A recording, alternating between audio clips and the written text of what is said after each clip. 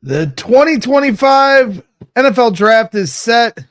The Chicago Bears have their roster. We'll be going over all the picks here today on Bears in the Stands starting right now.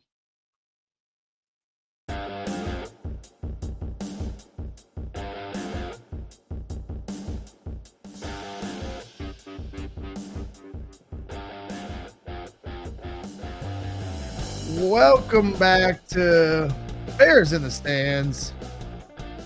I am your host, Greg Braggs Jr., here back and better than ever on another edition of Bears in the Stands.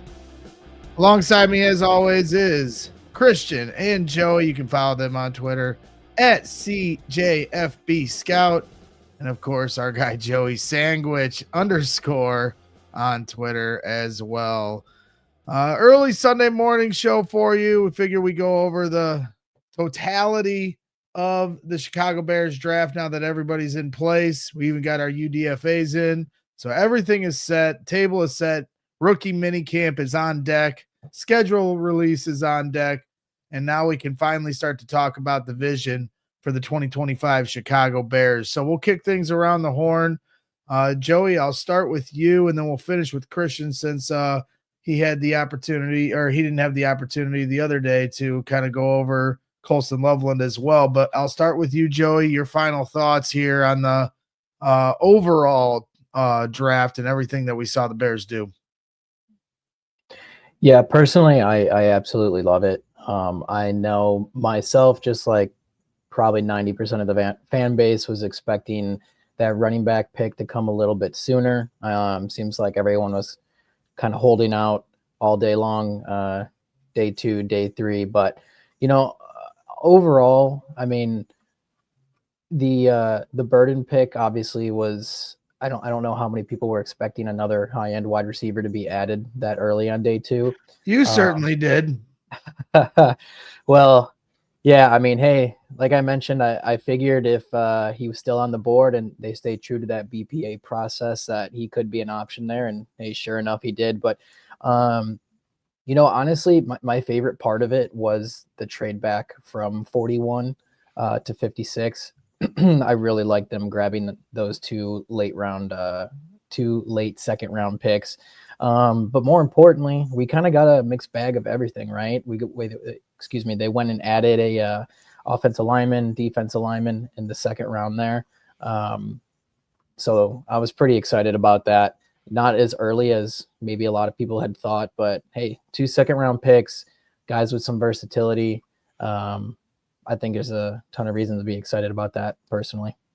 Yeah, absolutely. Definitely reasons to be excited, and we'll get into those reasons here today. Christian, we haven't talked to you since before the draft started, so let's give your instant reaction to the entire thing, including Colston Loveland.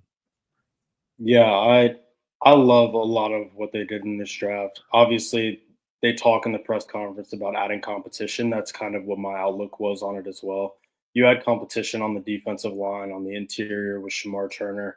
You had competition in the receiver room with both Colston Loveland and Luther Burden, one being a tight end, one being a wide receiver. And then you're just adding competition and depth in the secondary on the offensive line. And then you also got some special teamers in this draft. So I would have liked to see them add another running back, and I would have liked to see them maybe add a running back sooner. But I think other than the running back position, I think they played the board out pretty well, just how things kind of fell to them. Absolutely.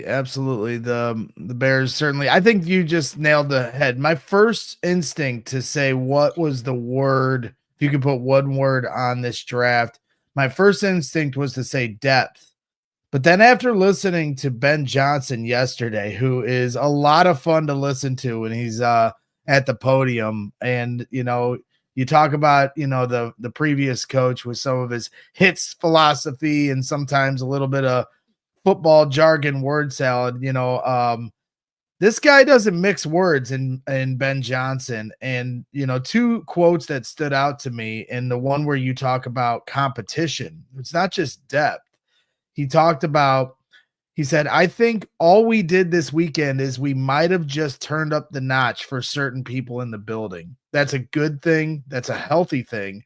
That's where you bring out the best, not only in your team, but in each individual. And then he goes on to say, what I'm going to be curious to see is what guys look like when the ball is not in their hands on offense. Yeah, you're right. We have a lot of weapons. So how are you going to run your route when you might not be the number one in the progression? How are you going to block for your teammate when he has the ball? Because if you do those things right, then as a coaching staff, we're going to want to get you the ball a little more. That is an absolute message to this team. You know, it's one thing to say it at the podium. You got to execute that when you get to, mini camp, training camp, you get to the regular season. Holding your team accountable sometimes can be easier said than done at the professional level. But right now, to start, you got to love what you're hearing from Ben Johnson and the competition aspect, as you brought up, Christian. You got competition now at tight end. Sure, they can play together. Cole Kmet and Christian Loveland can play together, but they will be competing for who's going to get the ball more, who's going to get the targets in the red zone. You got competition now at defensive tackle. You bring in a young guy. Yes, they've got the veterans in place, and you got your Von Dexter as well, but there's somebody that's going to be added to that rotation. You always need a rotation on defensive line. Now you got competition in the offensive line room. You've got competition at cornerback. Hey, Tyreek Stevenson, you better play on your toes here. You got a guy that's come in with a little bit of length that we'll talk about here later on. You got competition at running back, Roshan Johnson. You just got put on notice a little bit. Yes, he's only a 7th round pick, but this is a deeper running back class than your typical years. And so maybe a 7th round pick this year, he might have been a little higher in years previous. So it's certainly going to be interesting to watch how this all plays out and see how these guys take to that competition. So I like the message delivered from Ben Johnson. So we'll get into here. We're going to go right down the list in numerical order. We already had our Colson Loveland show, but we can circle back to him on the back end when you talk about some different things. You know what? In fact, why don't we start with Colson Loveland? I'm going to reverse course here, Joey. And Christian, I want to get your thoughts on Colson Loveland, and then we'll work our way to the rest of the draft instead of finishing with the number 1 pick. So, Christian, the floor is yours to talk about Colson Loveland and what he can add to this team. Yeah, Loveland was one of my favorite prospects throughout the draft process that I watched. He was very easy. It was very easy to fall in love with his tape for me, and he was my number 1 tight end going into the process. I said this going into the draft. He was my guy. I thought if they went in the tight end direction, I kind of hoped that they would have gone Colson Loveland over Tyler Warren. But this was an unexpected pick. I never really saw this coming personally. I think when you look at Colson Loveland, he's got a special ability to separate and run routes that you just don't really ever see from a tight end. And making that transition from the tight end position in the NFL or the wide receiver position in the NFL, the main thing that helps guys stay in the NFL and then see success in the NFL is that separation ability and being able to get yourself open. So I do think there will be a smooth transition for Colson Loveland. I do think that he will be effective at the NFL level. And I don't think we should be surprised if 2 or 3 years down the line, he's in the conversation for the 3 or 4 best tight ends in the NFL. Yeah, it's I'm with you that I'm glad they took him over Tyler Warren. Me and Hogue were having a little bit of back and forth. I mean, the separation between the two in terms of talent isn't really that much of a separation, but it is different styles of play. And I think that Colson Loveland fits a little more of what Ben Johnson's trying to do. This guy certainly is a route runner. We talked, like I said, about what, some of the things that he can bring to the table on our previous show with Joey and I. So if you haven't had a chance to check that out, please go ahead and do so. So let's get right into the next pick, because this, for me, if you were watching our live broadcast from 115 Bourbon Street, when they announced the second pick of Luther Burden, Mark Carman announced it, and I just was shocked, absolutely shocked. And I agree with Scottish Bear here in the chat saying, Luther is going to be a burden to the rest of the NFC North. I mean, he is a game changer, and that's what I talk about a lot is when you bring in guys, I want game wreckers on defense and I want game changers on offense. And Ben Johnson seems to have gotten one here in Luther Burden as long as he can keep his head straight. And, that is going to be certainly a key. You can't downplay that. But when you watched the video of them calling him to let him know that he's going to be on the Bears, you could see the excitement, light up when Antoine Randall got the phone. And I think he's going to be a big key in all this is the opportunity for Antoine Randall to kind of give the same influence that he gave to Jameson Williams once upon a time. So, obviously his highlight reel speaks for itself. He can do it all. But Joey, when you see this, and as you said, you did kind of call it a little bit on the last show, when you see Luther Burden and what he can bring to the table, certainly a lot more competition added to who's going to get the ball, but it seems like it should be a good problem to have. Yeah, absolutely. And Braggs, I know you're teeing me up here, but I'm going to actually pass this off to Christian because I know Burden is one of his favorite prospects, one of his top wide receivers. So I want to let him get this in really quick because I know he's been waiting to talk about this one. Yeah, absolutely. Christian. Yeah, Burden was one of the guys that I was sending stuff to Joey and then sending stuff to some other people that during this pre-draft process, I just didn't understand why he was kind of falling down some people's wide receiver lists. I saw people put Ibuka over him. I had him above Ted McMillan as well. So he was my number 16 player in the class. I thought he was a top 20 guy pretty easily. And I don't think Missouri put him in the best opportunity to show his skill set because I think you do see in flashes that route running ability from him. It's not, he's not an elite route runner at this time, but you do see the ability. You see the suddenness with his feet and quick feet. So you do see that he could be on that upward trajectory of being a high level route runner in the league. And then obviously his strengths, they just kind of speak for themselves. I mean, he's dynamic with the ball in his hands. He's extremely explosive. He's got change of direction. His stop-start is pretty elite. And so when you talk about a guy that can complement DJ Moore and Rome Odunze, I love the Burden pick because now you've got 3 wide receivers so you can just kind of move across the formation. And DJ Moore is now not your only guy who can create with the ball in his hands. But now you've got 2 guys who they're going to be some of the best wide receivers in the NFL when it comes to making plays when they have the ball in their hands. Yeah, and not only that, but you need guys that are going to stretch the field, and I don't think they had that last year, and he can do a lot of things that DJ Moore can do, but they needed to have somebody that what Jameson Williams can do, right? And when you saw Jameson Williams with Detroit because he had some suspensions and gotten in some trouble and injury, I believe, too, has kept him off the field, and so once he was able to finally cement himself as a key role in that offense, it took it to a whole nother level. Now it's going to take time for the Bears to actually get to that level. It's all on paper, the right pieces to the puzzle, but they have to come together as a team. They have to build that chemistry that may take a couple of years. I mean, it may not come right away here this season. That doesn't mean they can't be competitive and they can't be fun to watch.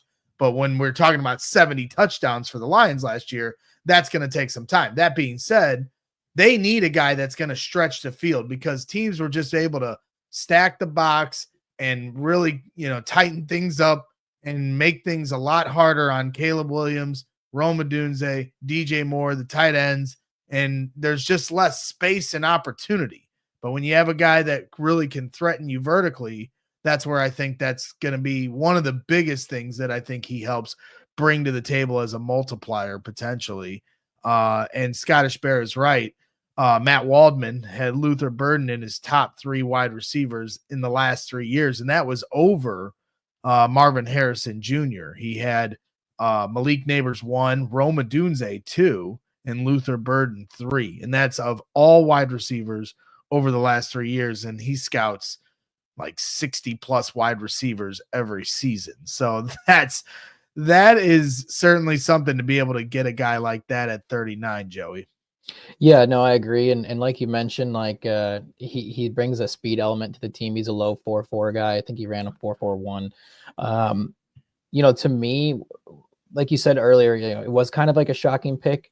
If you were just assuming that they wouldn't have added another pass catcher, but I mean, one of the most exciting things to me about this pick is just how you listen to Ben Johnson. I mean, you gave the quote earlier, but they are so confident in being able to utilize all of these guys. I know from a fan's perspective, our first reaction is way too many mouths to feed, not going to work, not possible. There's only one ball. Ben Johnson does not care. Between the Loveland pick, the Burden pick, they're confident that they're going to be able to make this work. They're happy adding all these explosive playmakers, these pass catchers. And I'm really just excited to see the full picture. Yeah, absolutely. I'm excited to get to mini camp and see how all this lays out. And then we get to 41 and the Bears trade out of that spot. And that was certainly, picks come quickly. Bears take 39, Luther Burden, then all of a sudden there's one pick in between, and now they're trading back and they're able to add another pick. And so that was certainly interesting. And they bring in, I've been talking about being trench drunk all off season, and they had an opportunity to draft Ariante Ursery, who I think a lot of fans were looking at out of Minnesota. They choose to pass on him and trade back, and they bring in a guy in Ozzy Trapilo, who I have been saying Trapillo, like he's French or something, but he's not. But I certainly having fun with this. But Christian, what do you got on this guy? Because, I think some fans obviously weren't really sure of who he was when he first got drafted, unless you're really one of those deep dive types into the draft. And what have you learned about him? Yeah, this was a guy that I watched a little bit during the pre-draft process, and he's a very fluid mover in space. He's about 6'7", 6'8", and he doesn't really move like he's 6'7", 6'8". I like the independent hands and pass protection. He does come with some limitations, like being able to get that pad level right, and he's not the greatest bender, but I do actually have very similar grades on him and Ariante Ursery. So, and I think I actually do like him in pass pro and his hand usage and technique a little bit better than I liked Ariante Ursery. And then when you compare the two guys, they do come with some of the same deficiencies, pad level, and they are kind of waist benders, and they struggle to play with great leverage and things like that. So they are very similar in my opinion, and they're in the same grading tier for me. Yeah. So do you view him more as a right tackle or a left tackle? Like, could he's played both. His sophomore season, he played 10 games at left tackle, then he was moved over to right. Obviously, I think for most Bears fans, at least for someone like me, I would rather have competition on that left side. But obviously being, all conference here the last couple of years at right tackle, but you have Darnell right there. So I'm just trying to figure out how this shakes out and where he fits more naturally. Yeah, I think he's just going to compete. I think he can compete on the left side, but I think if he doesn't win that job on the left side, I think this is the guy that can also be a swing tackle for you and can be that next guy off the bench and come in, whether God forbid something's to happen to Darnell Wright or Braxton Jones. Yeah. Joey, how you feeling about this pick? I like it. I was looking at Daniel Jeremiah's big board. I believe he had him ranked 72 overall in his top 150 prospects. So look, I know this was another one of those guys, if we're just talking about, like the fans' reaction, it's not someone that they're able to associate like the name with anything. So when you see someone there, and the initial reaction is, who is this? Why? We had the chance to draft, Ursery. I'm a little bit more like, I guess, I don't know if optimistic is the right word to use, but I kind of went back. I'd be lying to you if I said I watch a ton of tape on him. That's not the case. But just going back and kind of taking a look at where he's been on, some of the respected draft analysts, big big board since February, March, April. He's been pretty consistently somewhere in that top 70, top 80 range. He, like you mentioned, he had 12 starts at, I think it was right tackle last year. And then 2023 was 12 starts at left tackle, ton of versatility, big body. And another thing is, we've talked about this before. Ryan Poles was asked, about the left tackle spot specifically, if they would be interested in taking one at 10. But he did allude to the fact that, hey, we do like the guys we have in our building. We are confident with who we have, but, we're always going to add if possible, if it makes sense. And again, they did exactly that. So it will be exciting to see where they move him, come camp. I don't expect, if I had to guess, I don't think they move Darnell Wright. I know that's been a little bit of chatter lately as if he can go over and play on the left side. But I think the approach and the philosophy is really just get the best guys you can, figure out your starting five later. Again, I'm not advocating for moving Darnell Wright from right tackle to left, but if ultimately that's what happens in camp and they really feel good about Ozzy playing right tackle and Darnell playing left, so be it. That's the name of the game. At the end of the day, is get your best five guys. So whoever he ends up, I'll assume that they were pretty thrilled with what they saw on the field. How about you, Christian? I mean, that's certainly an interesting layer to all this. I mean, on defense, we heard Kyler Gordon might have some reps at safety, and now with bringing in Ozzy Trapilo from Boston College, there is this thought of Darnell Wright moving to the left side. Is that something that would intrigue you, or is that something that would worry you?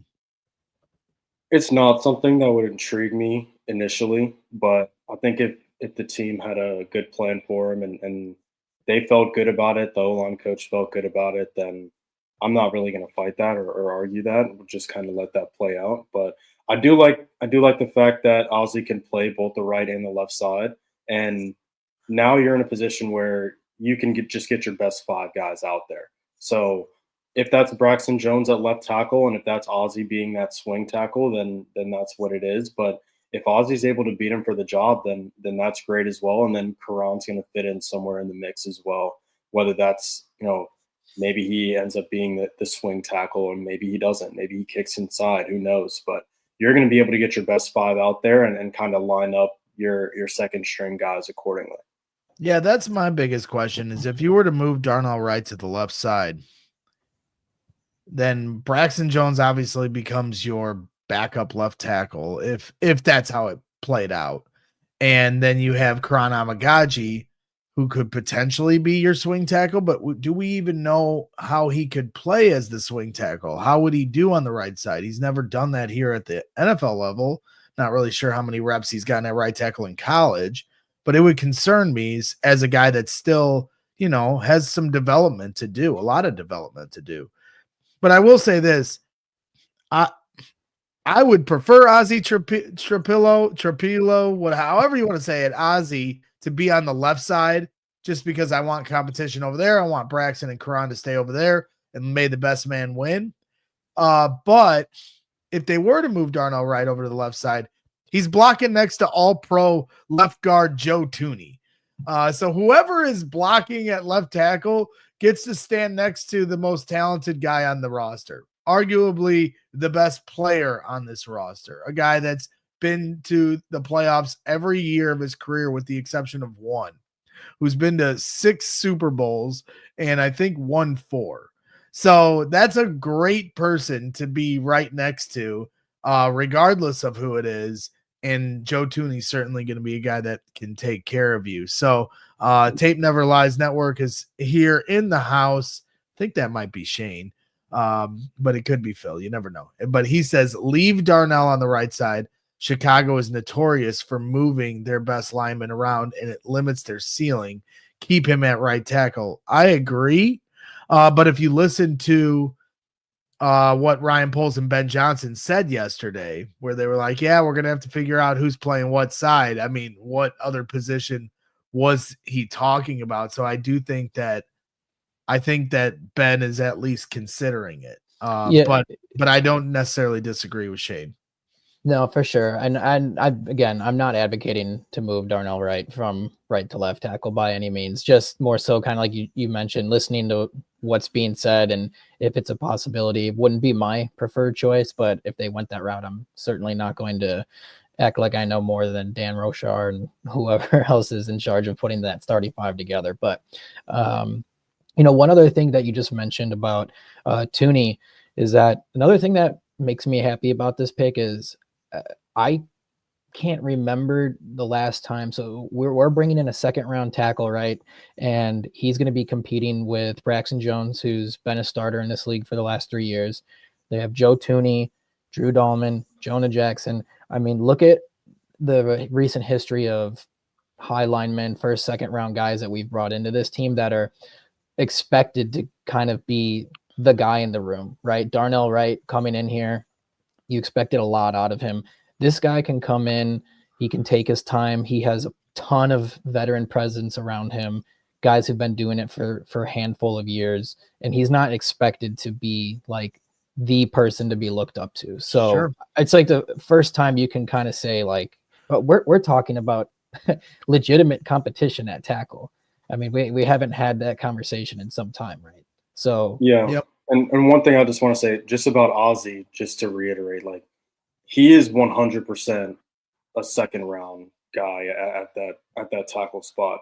That's who he was as a prospect. That's the tier that I had him in. That's the tier that Brendan Thorne had him in, who a lot of people listening might respect his opinion a lot as well. He was very much worthy of that selection in that spot. And like I said, I had him in the same tier as Ariante Ursary. So I know a lot of Bears fans saw that pick and said that's a reach or that they didn't know who that was prior to the pick being made. But he's absolutely in that class of guys and in that tier. Well, that's good that you said that, because that was going to be my final question to this was, because when you're a second round pick, you have a higher expectation of being ready to play at a faster rate. This isn't a development. Even Karan Amagaji in the third round to be a development guy is somewhat of a stretch, but he had the injury, so you can have some allowance there of why he fell, so to speak. But at the same time, you draft Colston Loveland in the top 10. That ramps up his level of expectation, whether that's fair or not. I mean, he should be allowed to develop on his own terms, but when you're drafted in the top 10, there's an expectation that comes with that. When you're drafted in the second round, there's an expectation that comes with that. And so, Ozzy, to at least to your point, and some other analysts have him in the second round. That makes me feel better as a fan. So it'll be interesting to see how all of that shakes out. And I apologize for my voice. It's been a lot of talking over the last 4 days. So let's move on here to the next guy in line. And that, of course, is Shemar Turner, defensive tackle here, with a little bit of fire to his game. I know there was a few times in games where he got pretty fired up with some guys. Christian, I'll start with you. Where did you have him on your big board, and how do you like the pick? Because I know there's a little bit of injury history there, but he certainly has a lot of talent. Yeah, Shemar Turner was probably my favorite pick outside of Colston Loveland and Luther Burden. Was my favorite pick that the Bears made in this entire draft.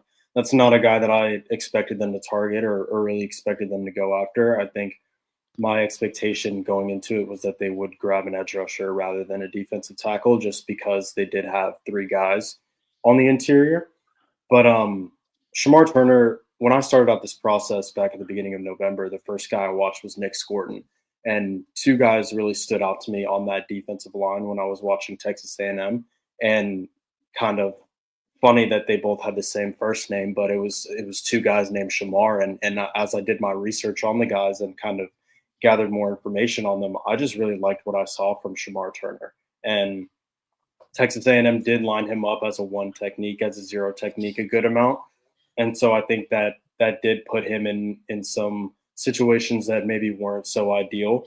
But when I watched him, he's a very explosive, penetrating three technique he's twitchy. He's got a quick first step, and that upper body twitch allows him to slip gaps in the run game, and it allows him to get skinny through gaps, especially when he's rushing the passer. And then this is just one of the highest motor guys in the entire class. He's got heavy hands. He knows how to pass rush a little bit. I like his club move. I like his swim move. He's also got a nice speed rip move. So this is a guy who knows how to use his hands in his pass rush. He's always actively using his hands. His hands never stop. And so when you've got a high motor guy like that, who's that athletic and that twitchy, who also is relentless in his hand usage, the ceiling is really high for Shemar Turner. So I'm excited about this pick. Well, that's great to hear, Joey. Obviously defensive tackle has a couple veterans there with Andrew Billings, and they bring in Grady Jarrett, but he's 34 years old. So this was a pick for me, at least, that made a lot of sense. And ultimately, you needed to bring in more depth, just like you got offensive line depth, and we're going to get into some more offensive linemen the Bears brought in here in a little bit. But you needed to continue to bring in depth. If you watch any of the best teams in the league, including the Eagles, obviously Super Bowl champions, so they're going to be the example used. But you got to have rotational depth. You have to bring in waves of guys. And I certainly think this guy is going to make an impact very quickly in this league as long as he can make sure he stays healthy, which, at this point, through college, he's had some bumps along the road, but he has tried to play through those as well. Yeah, definitely. The other thing, just like the other picks in front of him, all these first 4 picks have all been moves for the future. I mean, like we have a second tight end, third wide receiver, back as of right now, backup tackle, and now a backup defensive tackle, right? None of these guys are going to be projected like day one starters on paper, if you will, right? I'm sure they're going to get a handful of snaps, but he's another guy that is just, this is a move and investment for the future. Like you mentioned, Jarrett being at the age he is, Billings being at the age he is. But I think Turner actually has one of the best chances to be on the field quickly and more often than some of the other guys. He's one of 5 FBS players that have played 200 plus snaps at all 5 defensive line positions, which is insane versatility. So, and then you want to talk about the free agent signing with Odengbo, right? And there was a lot of talk about him playing defensive end and kicking him inside. Turner is going to give you some of that same flexibility and versatility. So it's going to be really exciting to see how they deploy this defensive line, how they use all these defensive tackles, these defensive ends. I think there's a lot to be excited for. So I love that pick. Hoping that he's able to show what he can do early on. But, I was reading it actually. So it looks like in 2023, he played more than half of his snaps at defensive end. I know Christian can probably talk about this. I think he's mentioned before that A&M has asked their guys to either play a little bit heavier or play a little bit out of position at times. So I am interested to see, maybe that's something the Bears envision. Maybe he plays a little bit more at the defensive end spot just because of his versatility. But just kind of interesting. It seems there's a few different routes they can go with him to see how they do on the field. Yeah, so Shemar Turner was playing defensive end for Texas A&M prior to Nick Scorton getting there, and then he did kick inside this past year. But I actually liked his tape better as a 3-tech. I think he was able to use that get off it, and he still was very explosive at 295, 300 pounds. And like I said, he's just going to be that disruptive 3 technique that, especially if you have a respectable guy next to him that's playing that 0 or that 1.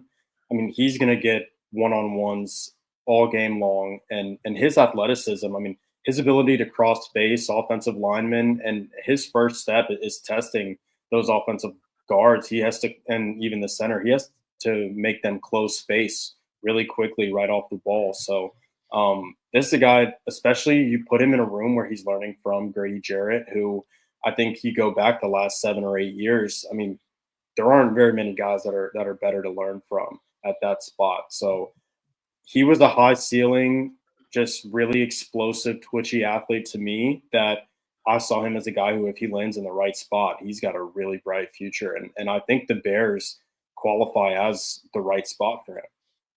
Yeah. Well, Justin Lee here in the chat is team Christian. He's saying CJFB Scout is greater than Todd McSham.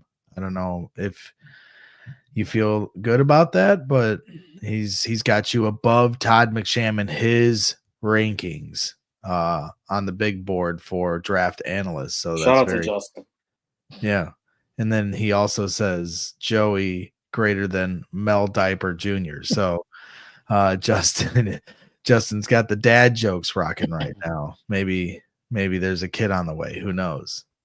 So brick by sandwich is his for me. Thank you, Justin. We appreciate you tuning in. Hit that like button while you're hanging out.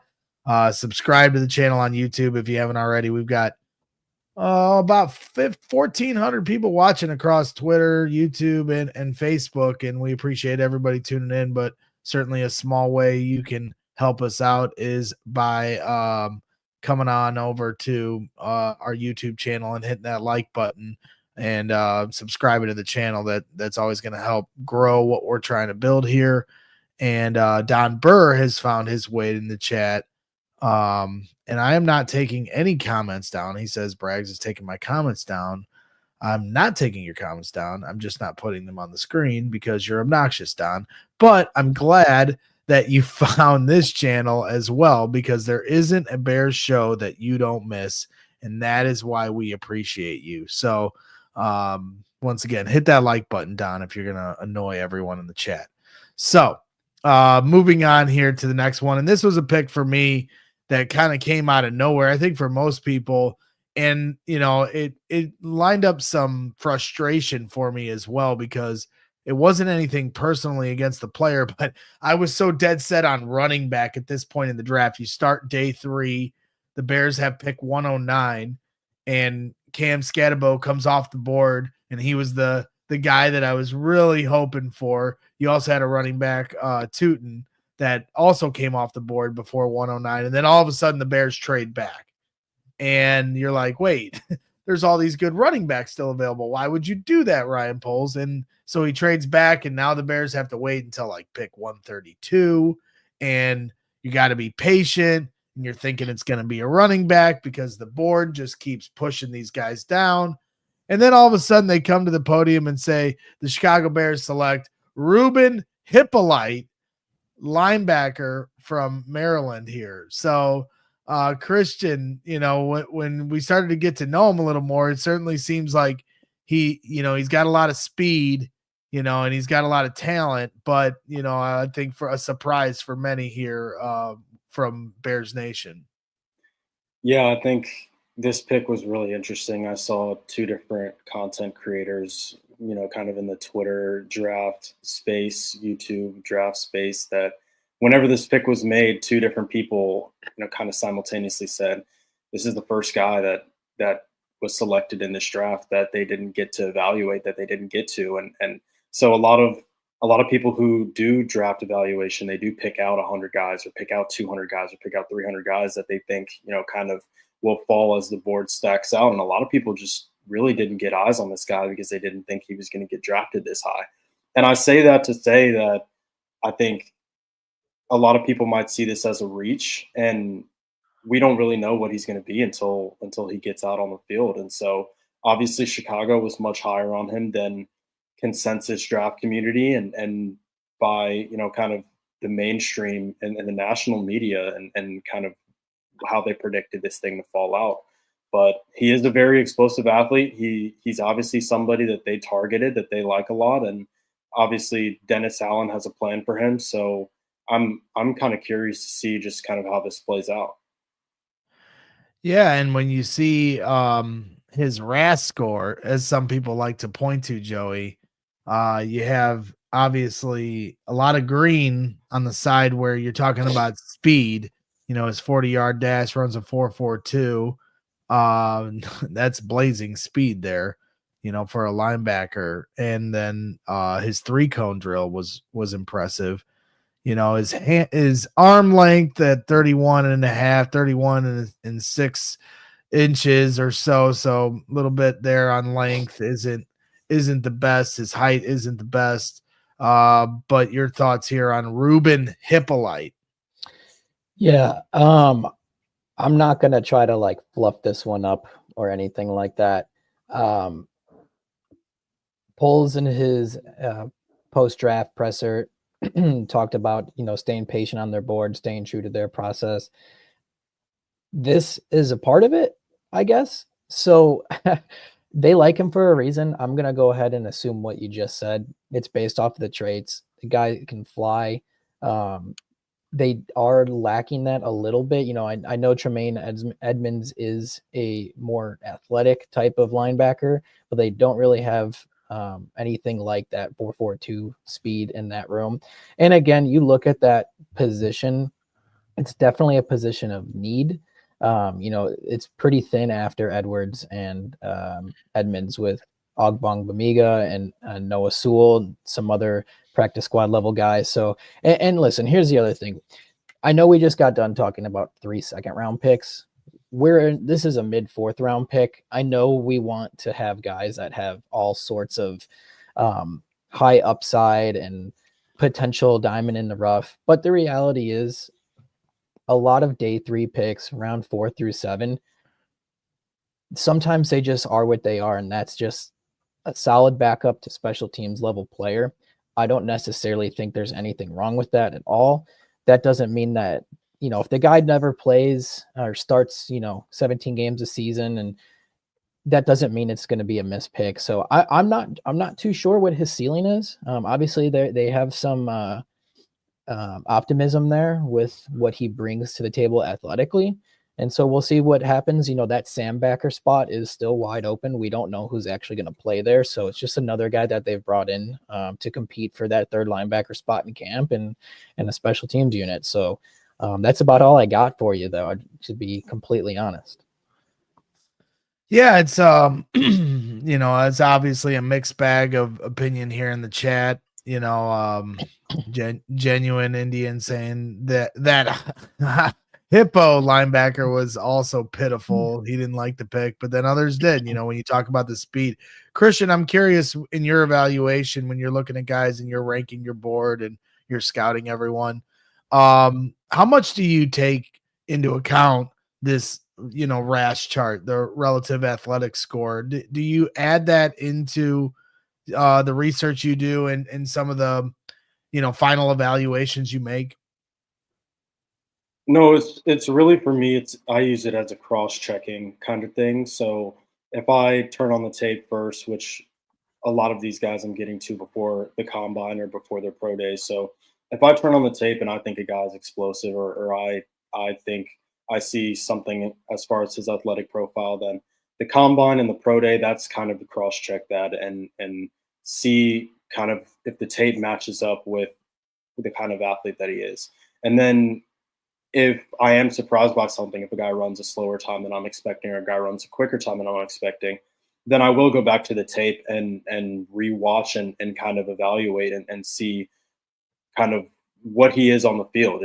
Does he play up to that quicker time that was kind of unexpected, or does he play faster than that slower time that might have been unexpected?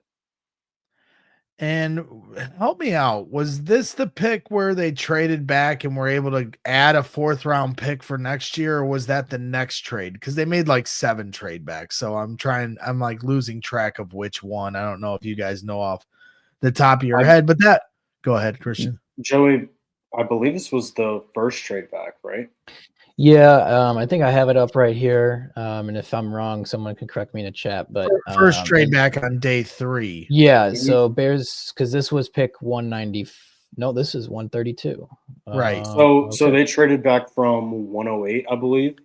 Yeah, went on. Bills receive 109. 109. Bears receive Okay, 132 and 169. So they moved back, in the 4th round and acquired an additional 5th in the same draft. But okay, but I'm referencing the pick where they traded back and added a 4th rounder for next year. That's the next trade. That was with the Rams. So the next trade Bears had a 148, and they moved back into the 6th round and then got a 4th round pick the following season.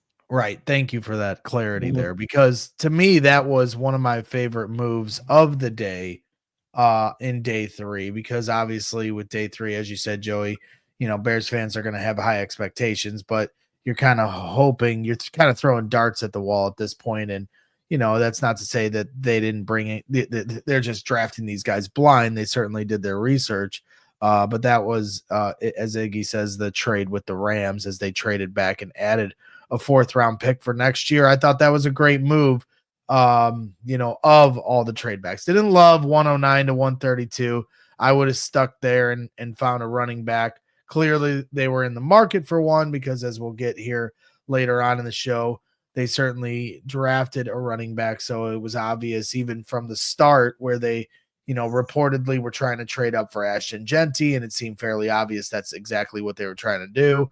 And I understand that Ashton Genty is a whole nother level of player, not just as a running back, but as somebody that is, could be the best player on your team and somebody that is the cornerstone. But at the same time, they are trying to bring competition to that room. So didn't quite understand Ruben Hippolyte in that spot over a running back, but I do understand planning for the future when it comes to running back and bringing in more guys with speed that can, get to the football, get to the quarterback. So let's continue. Yeah, go ahead, Christian. That was just wanted to say real quick. That was a tough spot for me, just because, and we'll get to the running back thing a little bit later, more in depth. But that was a really tough spot for me, just because there were some running backs that I had really solid grades on that were kind of sitting there staring you in the face in that slot. And I know Damian Martinez slid really far, but that was a late 2nd round grade for me, early 3rd round grade in that range. And then Dylan Sampson got a mid 2nd round grade for me. So those guys were on the board. Trevor Etienne, a late 3rd round, early 4th round grade for me. So all 3 of those guys being on the board, I felt pretty good about them being able to get one of them as day 3 started. And then you trade out of that selection, and then by the time you get back on the clock, Dylan Sampson and Trevor Etienne are both gone. Yeah. So, all right. Well, we'll move on to the next pick here as we're hanging out here on Bears in the Stands. We appreciate you hanging out with us. And the next pick in line, I believe, is a man by the name of Za Frazier, cornerback here. And somebody that has a lot of length, Christian, and can get to the football. I believe he had 6 interceptions, I should say. 6 touchdowns would be rather impressive, but 6 interceptions, so somewhat of a ball hawk and a guy that had some length to him as well. Yeah, I mean he's 6'3". He's got 32-inch arms plus. I think 32 and some change as well. He's very explosive. Like you show the RAS score up here. Yes, it looks 6'2", 7 ace, and force 3.6 on the 40, 147, 10-yard. I mean, these are all really promising athletic traits and that he can add to his profile. But when I see him, I see a guy that he has the potential to be that press man corner, especially with his size profile, with his athletic profile. And so with him, this is going to be a lot on the coaching staff. And so when I saw this pick made, I was kind of hoping that this was a guy that the coaching staff really loved, because he is going to have to be coached up a little bit, and his technique is going to have to be refined, and they're going to have to bring him along. I think the luxury is that you don't need him to play right away. This is a guy that you can bring along, but I'm very glad that in the press conference that Ryan Poles said what he said about Al Harris really liking this kid, because I think that's the key in all of this, is that you do have alignment between the front office, between the head coach, between the position coaches, and you're bringing this guy into a spot where his position coach really likes him and really sought after him months prior to the draft. Yeah, I think that's the game changer of this team. Is the Bears seem to have a coaching staff. We read the quotes from Ben Johnson earlier. We talked about Antoine Randall and Luther Burden's relationship there. Ryan Poles even spoke to it. And then you hear this with Al Harris, the DB's coach, who we're excited to see even how he works with guys like Jalen Johnson and Tyreek Stevenson and Kyler Gordon. But now you bring in a rookie that's got a little bit of hunger to him. I mean, yeah, I'm sure it's going to take time for him to get on the football field and be ready. But at the same time, when you've got those kind of traits and, ability, that's the competition that we started the show with. That's where you got to stay on your toes. If you're a guy like Tyreek Stevenson, who I still have all the belief in, I think he's a really talented player and a ball hawk and a bully on the block if he wants to be. I know teams sometimes try to go after him. Being a cornerback in this league is not easy, but he's somebody that, isn't afraid to put his head down and make a tackle. So adding to that room with Za Frazier. And then you also have heard the prospects of potentially Kyler Gordon seeing some reps at safety as well. And you still have Terrell Smith. So you really got a room there that is rounding out. I would have kept Reddy Stewart. I'll never give that up. Reddy should still be a Bear, but I'll let it go for now. But Joey, for you, when you see this and the potential of competition and adding to this room, I know that Christian will be doing a lot of the heavy lifting here as we finish this up and get back to kind of some of our final thoughts, but adding to that secondary room. Yeah, not to be, I don't want to sound like I'm parroting what you guys were saying, but again, if I know Bears fans were super excited about getting a guy like Al Harris, specifically to help kind of get Tyreek Stevenson back on track. So this is the exact reason that you should be excited for Al Harris, getting a guy in the building that has those kind of traits, someone that has that type of length, that speed. This is a perfect developmental piece for them. The only downside for me is the age. I think he's already 25 or he's turning 25. So it's a slight bit of a concern for me. But again, kind of like, pick Ruben, sometimes these fourth, fifth round pieces they're meant to be depth pieces. And another position, just like the offense and defensive line where you can never have enough corners. It's just this league is so so important to have good guys on the back end. So adding another guy in that room, they've already kind of added a few veterans this offseason with Nick McLeod, who has time and experience as a starter, Sean Wade. Now you bring in another fifth rounder in Frazier. They're really rounding out that room, and I think camp is going to be fun. So that's what I got for you on Frazier. Yeah, for sure. Camp will be fun. And you see here in this picture where the length does come into play, how he can get around to that football on the, as a wide receiver's boxing him out. So 6 interceptions too is nothing to drop your head about. This seems like a guy that can go get the football. So it'll be fun to watch him and Al Harris get to work. Really quick, Greg. So Mr. Freshly puts in the comments here, he said his name is pronounced Zay. I was going to actually ask you guys that. I did check out some of his highlights yesterday where I heard the announcers referring to him as Zay. But then I watched the polls presser and he was calling him Za. So I'm no disrespect to Mr. Frazier here. I'm genuinely not sure which one he's going with, how to pronounce the name right now. Well, I know that I ordered some za yesterday, and no, I'm not talking. I'm not talking about weed. I got some pizza. So that was my highlight of my day yesterday, was picking up some from Rosati's. I don't know if you guys have ever had Rosati's, but they've got this specialty pizza called the Windy City, and it has giardiniera on it, and it is a fire pizza. It's got sausage, onion, and giardiniera, and it is my go-to pizza lately. So I just thought I'd add that in here. And Mark Swift here making the Zaza jokes. No, we're not smoking any weed this morning. No wake and bake yet. But Irv here has finally awoken from his slumber.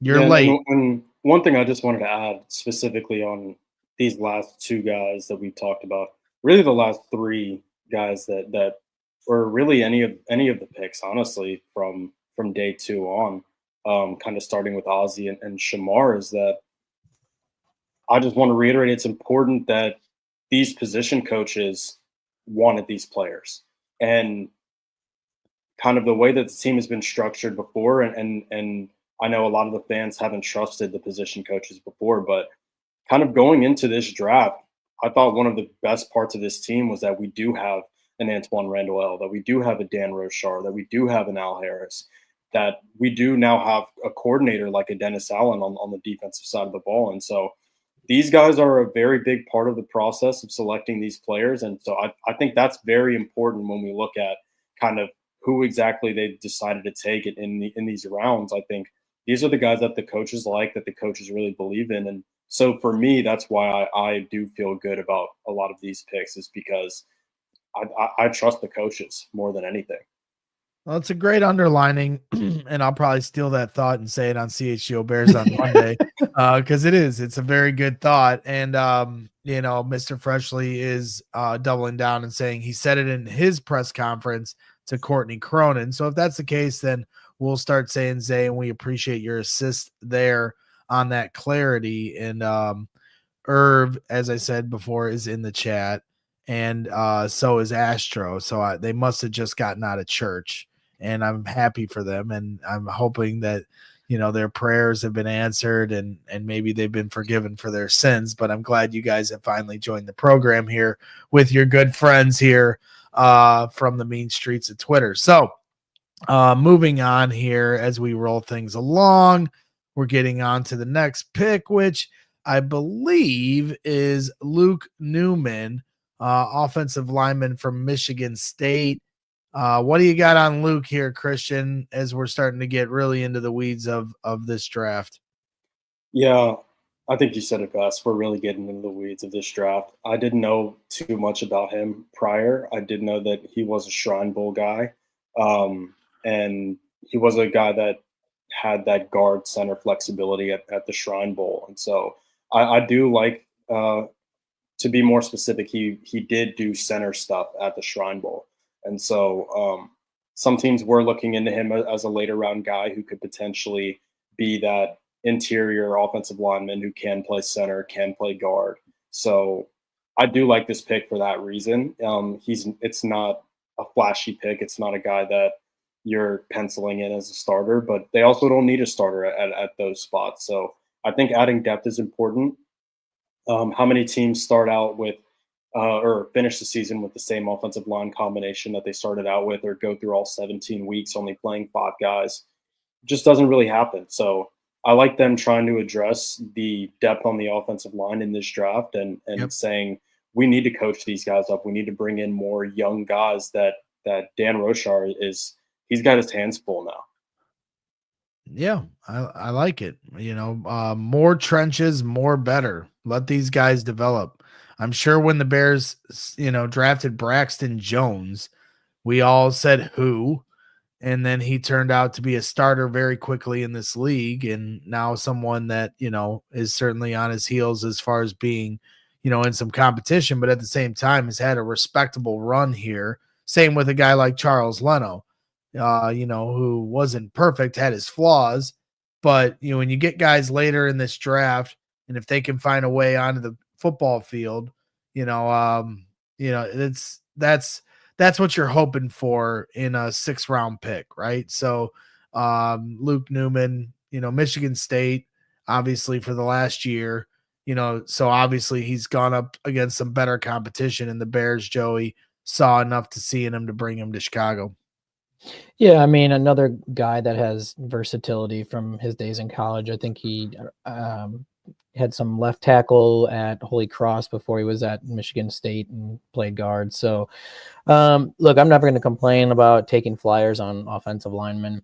I mean, especially right now, I know we were really happy about the way that they kind of retooled their offensive line with the 3 big offseason additions. But when you really look at their depth, you got Ryan Bates, Doug Kramer, Bill Murray, Chris Glazer. You have all sorts of guys that are respectfully, fringe roster guys already, practice squad guys, Ricky Stromberg. So, taking a shot on a 6th-round guy to come in and compete for a backup role, that's about as deep it probably is. I'm sure they like some traits of his, this and that, but really he's going to come into camp and fight for a 53 spot, which is perfectly fine. No problem with that kind of pick. You won't ever hear me complain about taking a shot on the O-line. So, and speaking of traits, there you go.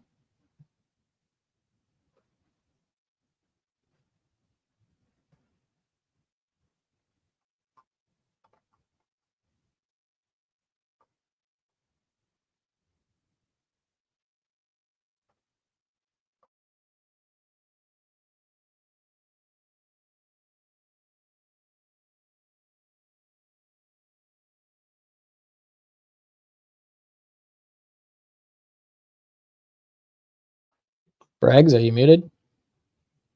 I'm muted. Okay. Yeah, I don't know. I saw the Raz score pop up and then it went silent. I thought that's another $5, Gray. Yeah, that's another $5. We're brand new. This is show number 3. You're I do this average all is the awful. time. I do this all the time. And I'm just trying to clear my throat and not doing it on the air. And I just lost it. But all I was saying was like a lot of green, and that was good. And now I made like a whole point, and I don't feel like repeating it, but I will.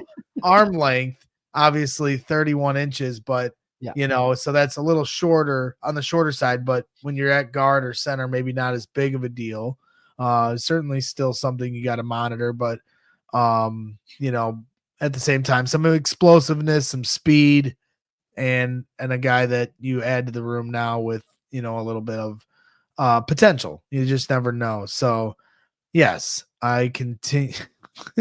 I just continue to hit that mute button, but now we're up to $10 in the mute jar, and we'll just keep track of that. And then once we get to a certain dollar amount, I'll take you guys out to dinner or something like that, or buy you guys some drinks. So that's where we're at. Appreciate everybody tuning in. We've got one more player to talk about, and that, of course, is Kyle Monangai, running back out of the Big Ten in Rutgers, and a guy that, when you watch his tape, Joey said, watch his tape, and this dude's a bowling ball.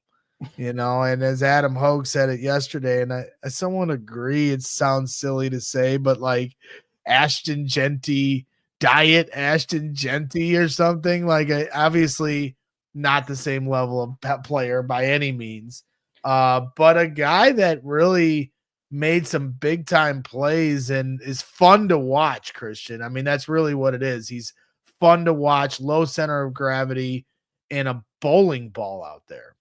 Yeah, I want to actually pass this one to Joey just because I'll give a little quick reason why is that when I started going through these running backs in February, that was when I let Joey know I was kind of moving through that position group, and he was very adamant on he wanted my scouting report on Kyle Monangai, and he wanted to know exactly when I watched him and to let him know exactly then. And he had kind of identified him back in 3-4 months ago as a guy that he really liked, that he potentially would like for the Bears. So I want to pass this one off to Joey real quick. All right, so here's what I'll say. And I know I want to make sure that I'm being clear. I'm not excited about this because he's the only running back that we drafted, but I do think he's like if you're a Cam Skattebo kind of guy, I do think he has some similarities in the fact that he doesn't have breakaway speed. He's a 4.6 guy, but what he is really, really good at, in my opinion, is his north and south running. There's not a lot of wasted movements when he gets through the line. He's one of those, and I hate hearing this sometimes, but he's one of those quicker than fast guys. He's twitchy. He moves quickly side to side, and you'll notice when you watch him play, he tries to get north very quickly. So once he gets through the line, he'll make a couple moves trying to make a guy miss, but there's not a lot of it's almost like he's aware of his speed deficiency. Respectfully, he's not trying to beat guys to the outside. He's not trying to outrun people. He's trying to make people miss with a few steps and again head north and south. And then he is compact, just under 5'9", but he's not a small guy. He's a short guy. He's under 5'9", but he's 211, very muscular, hard to bring down. And that's kind of why I was going to say, if you like Cam Skattebo, there's a lot of similarities in the way that he runs, hard to tackle. I wouldn't necessarily put him down as a bruiser, but a hard runner. I think he is. A lot of times we talk about power backs, you think of a bigger bodied guy, but I think because he is more compact and how hard of a runner he is, he can get those tough yards for you. And then out of the backfield, I don't want to go too much into his route running ability because generally I'm not too sure, but it does look like he has some natural hands. He is like a hands catcher, not so much of a body catcher. So I think he offers a lot of upside. Again, take it with a grain of salt. There's a reason he fell to the 7th round. But with the running back room that they currently have, I think he's definitely able to fight for a spot. He's going to have to show that he can play special teams as well. So that's my long-winded explanation, hype up for our 7th round running back. Love it. Yeah, I think that's a very good rundown of Kyle Monangai. When I watch him, you also said, you know, he's not the most powerful guy. He's not the most imposing guy in that sense.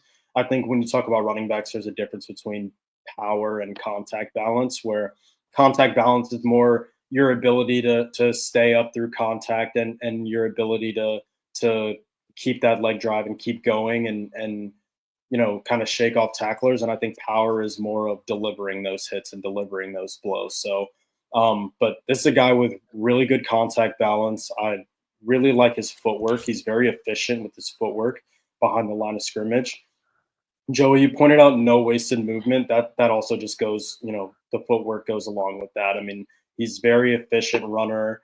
He has good vision and like I said, the balance and the contact balance really stood out for me. And then the one thing that stood out for me was his demeanor. I mean, he's very violent as a runner, high motor type of guy, and that also translates to the pass pro. I didn't think his pass pro technique was great. I thought, you know, he's got some ways to go in that area, and coaching and guys like Eric Bieniemy, and that he'll be brought along in that sense. But this was a guy who his pass pro just attitude and effort was, I mean, it's on that Travion Henderson level in this class. To jump in on that pass pro stuff, I think you nailed it. In terms of like technique, I think he's going to get it cleaned up. It's not perfect, but in my opinion, when it comes to blocking, whether that is the running back out of the backfield or wide receivers, blocking is such an attitude type of thing. Like being a willing blocker is so much more important. And then adding that technique on later. When you go and watch some of this guy's pass pro, again, he's not a big guy.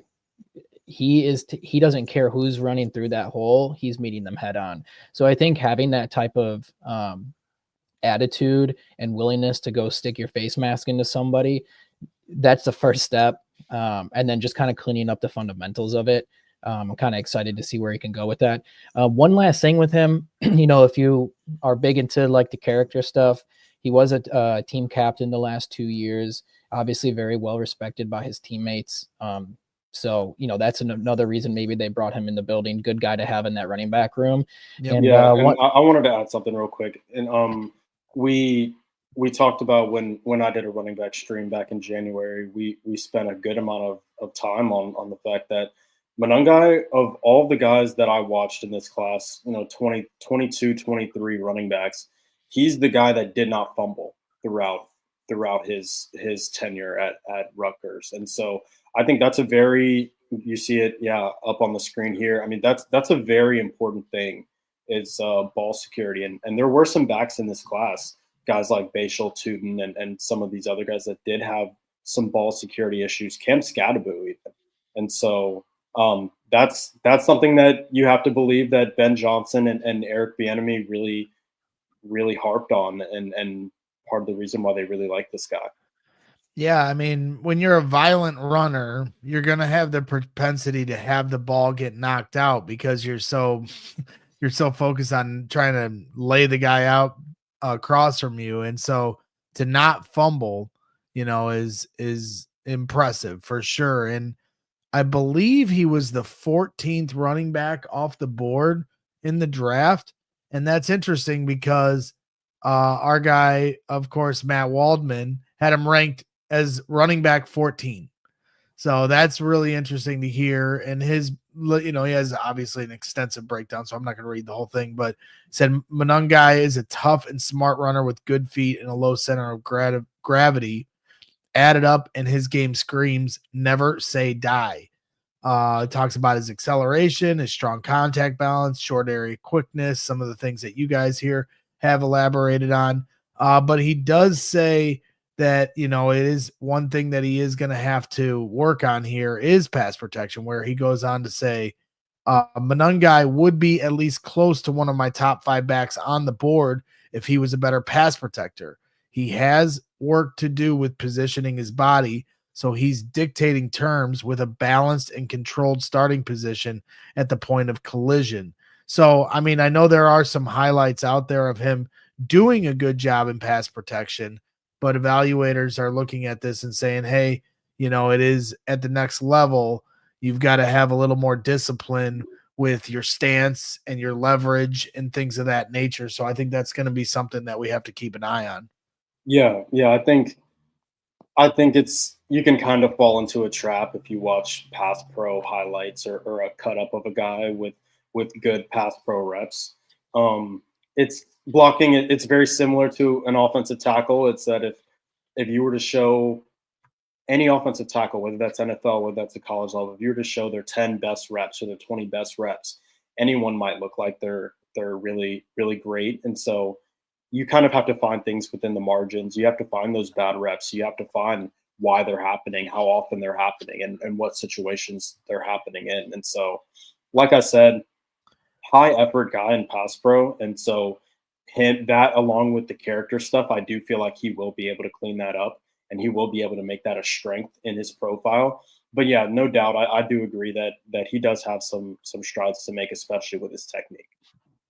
Absolutely. So that wraps things up here for the Chicago Bears draft all the way through here. And, it's a lot of fun to get into this, and we finally have some clarity on exactly what this draft is and who this Bears roster is. Joey, I know that you looked at the UDFAs. I don't know if you want to go down this list and then give us an extensive breakdown on each player. I'm kidding, of course, but you can at least list them off. And because I know somebody was asking here earlier in the chat, Rob Daniel saying, I'd like to see Jared Ivey brought in as a UDFA, but I believe the UDFAs have already been decided.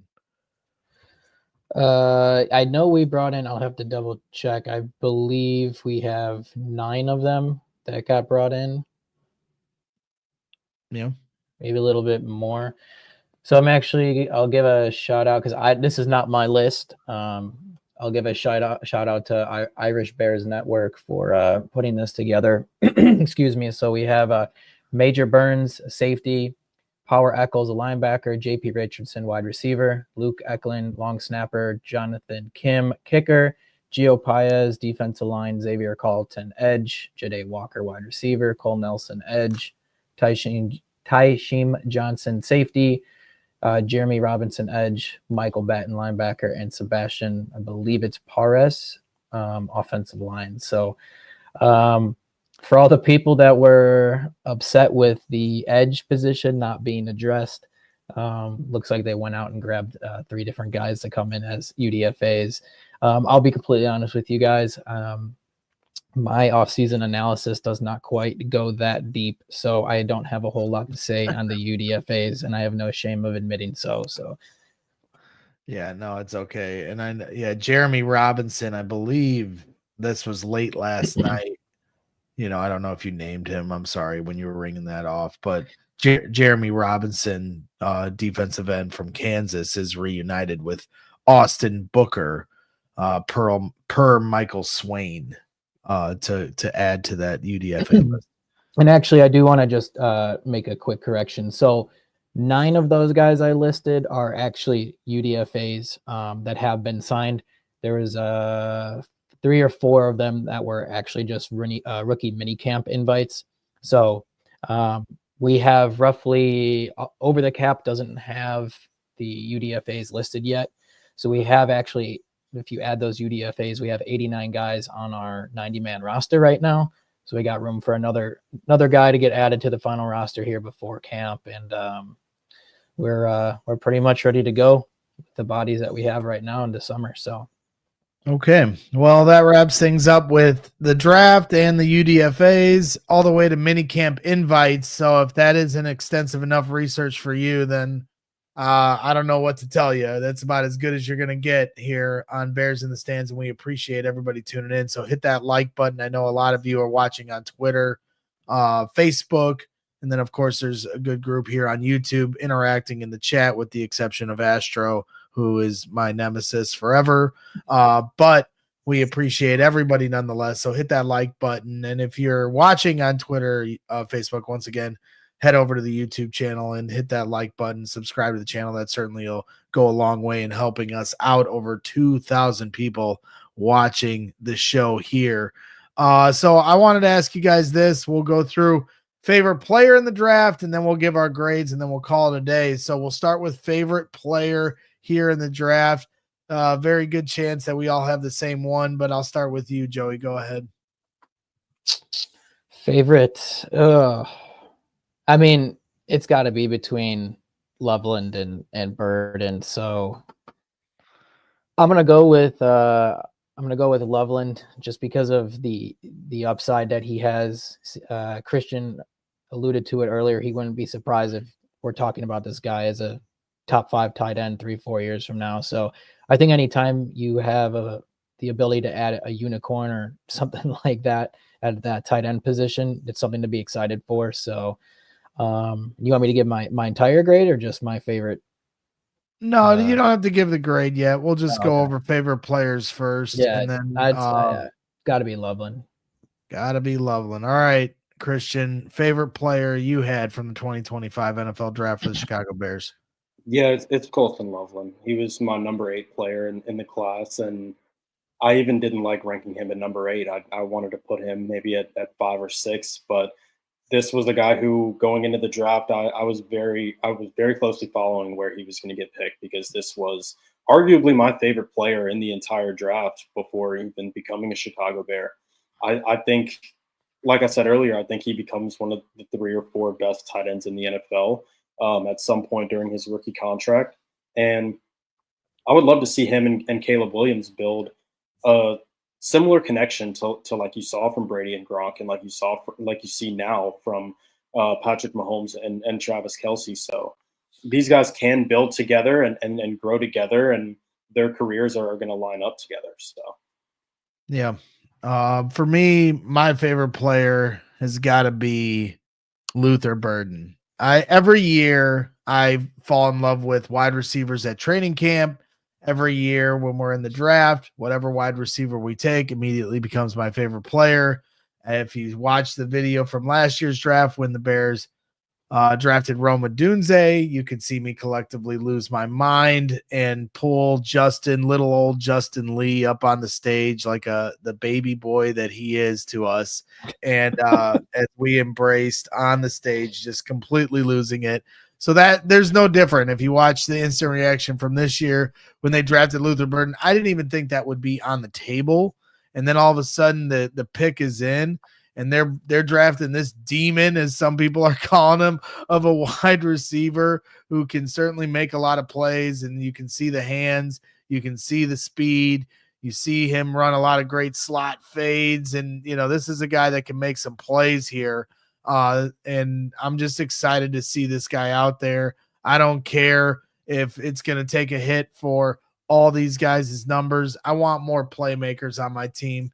I want more blue players on my team, as the Bears will call it, on their grading scales. And in my opinion, I think this guy is a blue chip type of player, but obviously had the background issues which made him fall. But when Matt Waldman says he's got him ranked higher than Marvin Harrison Jr., and then you combine that with just watching his highlight reel, which is what most fans like me would do, it's exciting. And so adding that to this room, you add Colston Loveland for you guys. That's your favorite player.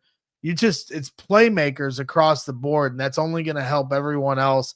That's going to help Rome eat. That's going to help DJ eat. And maybe it's going to take a hit in their numbers, but it's going to give them, again, another opportunity for more space to work with.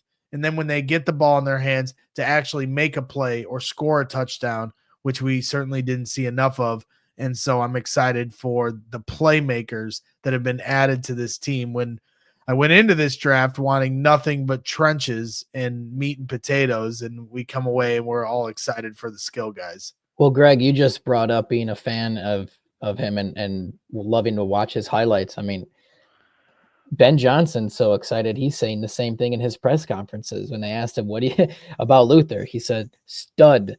Did you go watch his highlights?" I mean, Ben Johnson is just as fired up for him as the rest of us are. So you have every right to feel the way that you do. Yeah, definitely. And I'm excited for Antoine Randall, as Christian pointed out earlier. The way the coaching staff, has bought into the different players they've brought in and advocated for them, and now here they are. That is certainly something that we're all excited for. I didn't catch this. Genuine Indian is saying that Isaiah Bond did not get drafted. Is that the case? I believe so. he's got some pretty tough background stuff going on right now. So he a lot of teams I know removed him from their boards. That's crazy. I mean, I know he had just gotten in trouble here recently, but to not be drafted at all, certainly eye opening. That's Yeah, Coach and I don't want to spend too much time talking about this, but I think some teams are kind of put off by his situation just because of the way that the Jermaine Burton situation played out for the Bengals in the last 12 months. And so very kind of similar stuff going on, and Jermaine Burton, the Bengals took him in the 3rd round, and he was probably a 1st or 2nd round talent, and that didn't really work out for them. So yeah.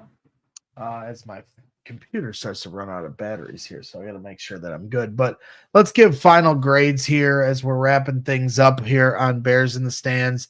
Christian, I'll start with you. Your final grade for the totality of the Chicago Bears 2025 draft. I'm going to give it a B. I think the reason why it's a B is because I think they're getting a potential All-Pro at the tight end position.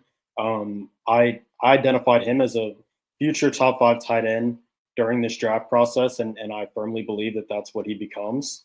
Burden falling to you was awesome. It was a luxury, but I don't like not taking advantage of this running back class. You saw the Cowboys take 2 running backs. You saw the Jags take 2 running backs. You saw the Browns also take 2 running backs. That's kind of the approach that I wanted to see the Bears take. And so that's kind of why they didn't get the A or the A- grade from me personally. Okay. Joey, how about you? Where you got on the grade? Yeah, a little bit of a same grade around B plus. I think it's a very top heavy for what they did.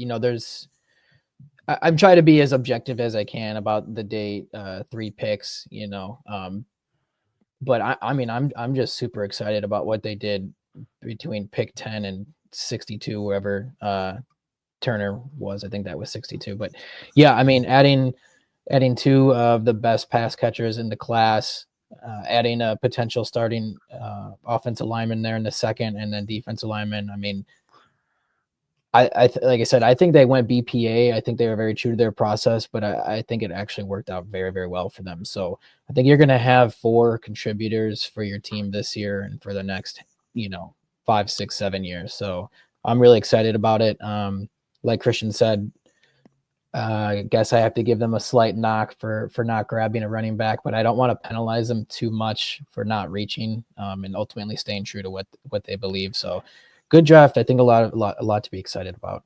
Yeah, I also just want to add, I'm excited about Shemar Turner as well. Like I said earlier, I thought he was a high upside guy going in, that if he landed with the right defensive coordinator and with the right D-line coach and coaching staff that had a vision for him, he could be special. So I think he's in the most ideal situation possible.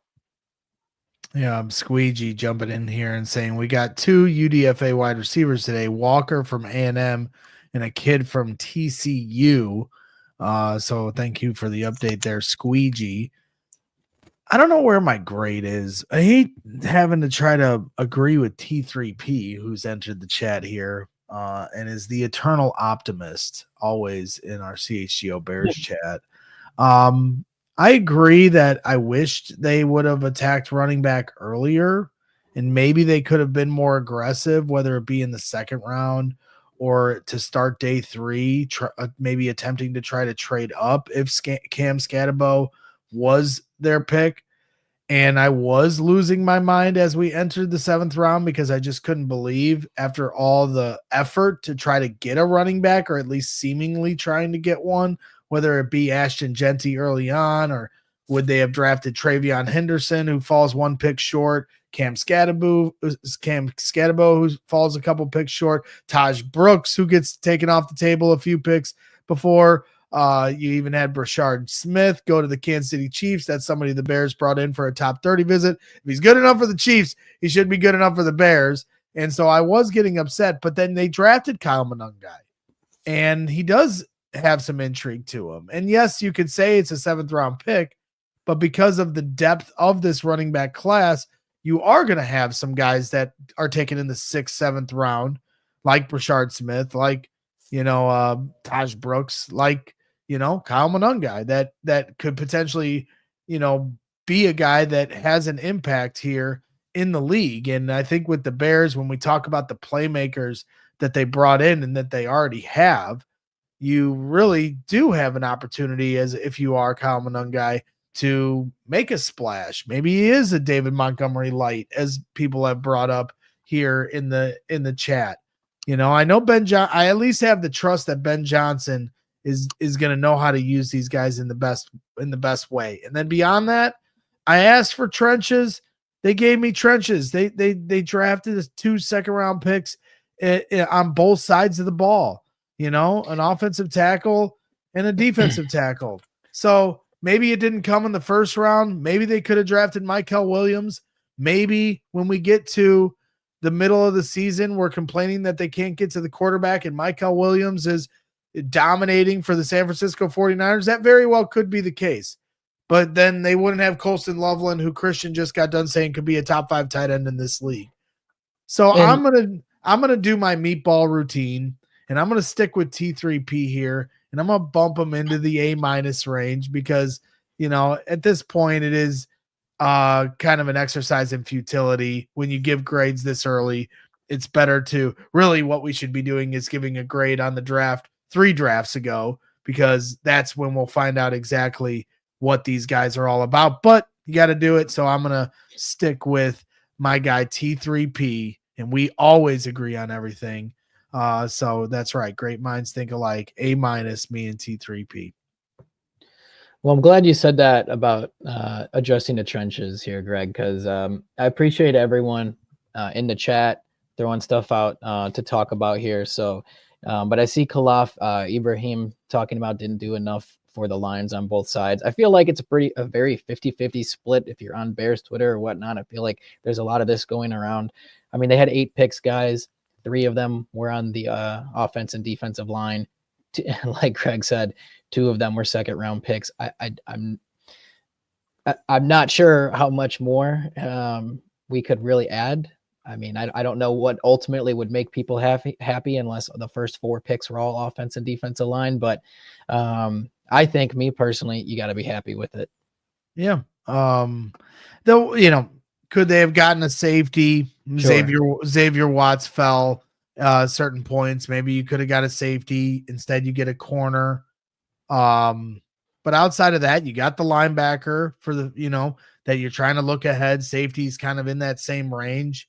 And then you needed running back, offensive line, defensive line. And to find your Jameson Williams prototype, to find your Sam Laporta prototype. I know Don Burr is flattered by the imitation is the sincerest form of flattery. And we're trying to be like the Lions. Yeah, we hired Ben Johnson for $13.5 million. And your team has been dominating the division the last couple of years because in large part of that offense and the 70 touchdowns you scored. So, to me, yeah, we are trying to be like the Lions, and you better hope that doesn't come to fruition, Don Burr, or else you guys are going to have your hands full here going up against Chicago. We'll have to wait and see, though. So, so we'll just have to wait and see. But I'm excited for everything. I don't know if you guys have anything left we're going to call this show here, unless you guys got something, final words or any final thoughts. No, I'm good. I think we hit everything we needed to. Christian?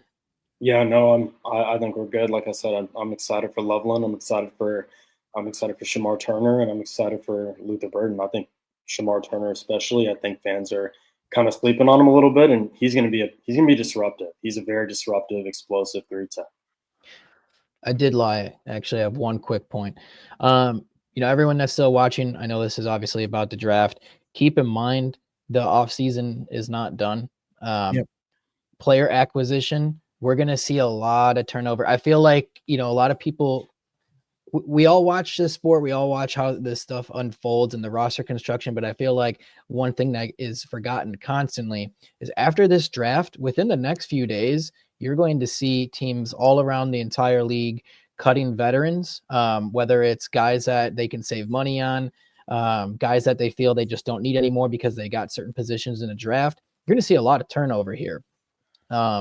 Which means, and in addition, there's still a lot of free agents, good ball players out there that have not been picked up from the original free agency period in March. A lot of those guys wait until after the draft as well. So you're going to see a lot of movement here. Hopefully, maybe for the Bears, I can't tell you if we're going to be signing a ton of people or not, but you want to talk about safety, running back in particular, maybe even edge. Watch for those three positions, maybe some late round trades for 2026, maybe some veterans getting cut, some good bargain deals. So there's going to be the player acquisition is not done here. So keep an open mind for that. Well, I mean, remember last year, I know somebody asked in the chat, should the Bears trade for Micah Parsons? I don't know if they're going to go that far. But, the Bears did try to trade last year for the defensive end from New England. Help me out here, guys, because I'm drawing a blank. Matthew Judon. Matthew Judon. That's right. Yeah. Yep. And so, Poles is never stopping the view of trying to upgrade the roster. So I don't write anything off. Nothing's off the table, and I know they're trying to win right now. But I don't see them, going to any kind of drastic moves. So once again, now I'm agreeing with T3P 2 times in a row. So I might have to end this program before it hits 3, because if I don't, then I don't know, a black hole might open up or something. But it's a good point, Joey. It's a good point that there's still moves to be made. I know some people have talked about Nick Chubb, joining back up with DeAndre Swift in the backfield and things of that nature. So we'll just have to wait and see. But we'll continue to roll things along. I know somebody, here in the chat, Bears said, great show. You guys should do this more. And we appreciate it. We appreciate everybody tuning in. Thank you. Yeah, for sure. And we will continue to do these throughout the summer. We won't force it. Try to do one show a week if we can. But again, we don't have to force it. It is the summer. And, when news is slow, we don't have to just come on here and ramble. But at the same time, you do have the schedule release coming out on May 14th, which isn't that far away.